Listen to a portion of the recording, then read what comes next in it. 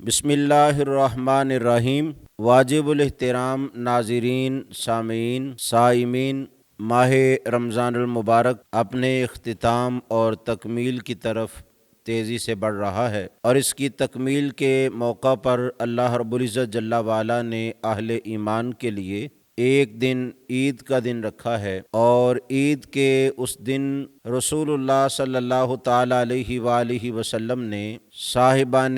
نصاب کے لیے صدقہ فطر، جسے فطرانہ کہتے ہیں، اس کو واجب قرار دیا ہے۔ رسول اللہ صلی اللہ تعالیٰ علیہ وآلہ وسلم کے ظاہری زمانہ میں فطرانہ یعنی صدقہ فطر کشمش، جو، کھجور، پنیر اور گندم سے ادا کیا گیا۔ گندم کے علاوہ تمام کھانوں کی مقدار 1 سا، جبکہ گندم کی نصف سا ہے۔ آج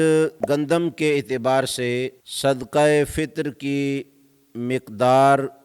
کی قیمت جو ہے وہ 300 روپیہ ہے، جو کم از کم مقدار صدقہ فطر ہے۔ جو کے اعتبار سے اس کی قیمت 600 روپیہ، کھجور کے اعتبار سے 2400 روپیہ اور کشمش کے اعتبار سے 4400 روپیہ ہے۔ صاحبان ثروت، مخیر حضرات، صدقات و خیرات کرنے والے اور غرباء اور مساکین کا بھلا کرنے والوں پر لازم ہے کہ ان میں سے جس مقدار کی ان کے ہاں وسعت اور طاقت ہے وہ اس کے موافق ادا کریں، اور جو لوگ ہزاروں نہیں لاکھوں میں واسع خیرات کرتے ہیں، سحر و افطار کا اہتمام کرتے ہیں اور لوگوں پر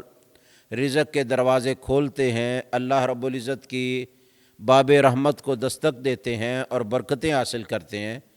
ان کو چاہیے کہ اپنی حیثیت کے مطابق صدقہ فطر کو اپنائیں، اور جو 4400 کے حساب سے دے سکتا ہے اپنی طرف سے، اپنی نابالغ اولاد کی طرف سے، اس کو چاہیے کہ وہ کشمش کے حساب سے 4400 روپیہ ادا کریں، اور کھجور کے اعتبار سے 2400 روپیہ،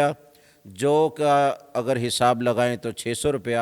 اور کم از کم مقدار گندم کے اعتبار سے اس کی قیمتاً 300 روپیہ ہے۔ لہٰذا صاحبان ثروت، جس کی اللہ نے انہیں توفیق دی ہے، اس چیز کا انتخاب کریں اور اس کے موافق صدقہ فطر ادا کریں۔ اللہ رب العزت جل وعلا سب کے روزوں کو قبول فرمائے۔